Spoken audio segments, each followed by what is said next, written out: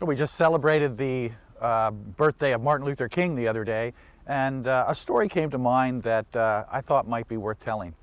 When I was very young, 8 or 9 years old, my parents and I took a drive down to the Blue Ridge Mountains in Virginia, where there was a kind of a new development of cottages, and my parents thought it'd be fun to go in and find out what it was all about. And I remember sitting in an office with a man, and they were chatting, and all of a sudden the man said, "One thing you should know is in this community that we don't allow blacks or Jews." And my parents looked at each other and said, "Okay, thank you, that's all." And we walked away without any further discussion.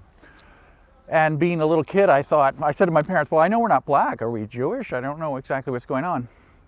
And I remember to this day, my mother said, "No, when any organization, club, group discriminates or doesn't allow certain people into them because of their skin color or religion, then you don't go there either." It's just a basic civil ethic that we need to live by. It's amazing to me that I can remember that from so long ago. It's interesting that that lesson was not just a lesson that came in words, but came in action.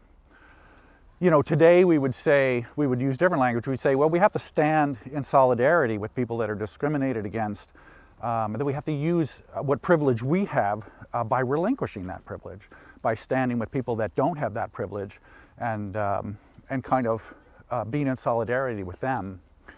So, you know, these days we're seeing kind of what seems to be a resurgence in the real ugliness of white supremacy ideology.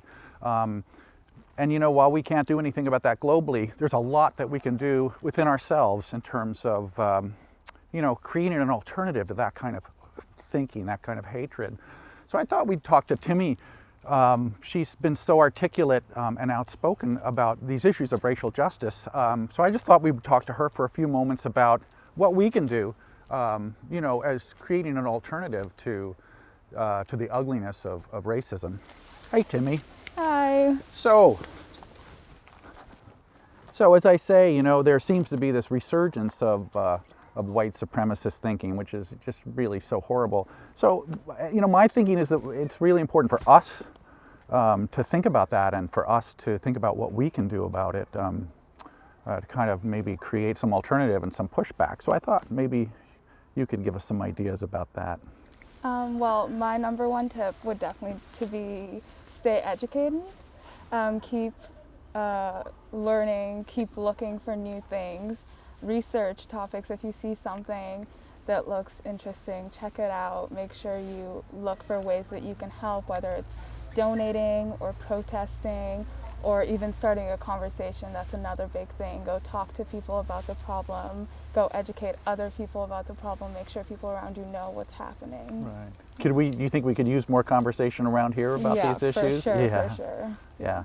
And maybe in some formal ways could we do that, or do you think it's better just to kind of informally make that a part of who we are? We can do both. We can encourage people to talk about it in classes, make them group discussions, or if you're just walking with someone and something shows up on your newsfeed, just be like, "Oh, did you see this? What do you think?" And just start a good conversation with them about it. Yeah.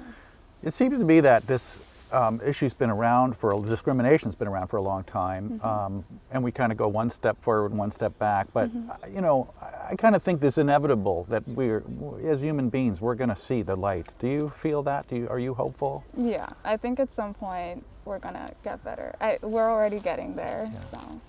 Yeah. Well, thank you. Like I say, you're so articulate, and you're such a good kind of conscience for us. So we really appreciate what you do for us in that regard. Thank you so much. And we all need to speak more about it, right? Yeah, for sure. Okay. Well, thanks, Timi. Okay, thank you. Okay.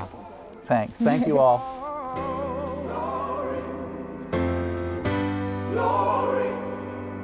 Son died, the spirit is revisiting us. True and living in us. Resistance is us. That's why Rosa sat on the bus. That's why we walk through Ferguson with our hands up. When it go down, we woman and man up. They say stay down, and we stand up. Shots, we on the ground. The camera panned up. King pointed to the mountaintop, and we ran up. One day, when the glory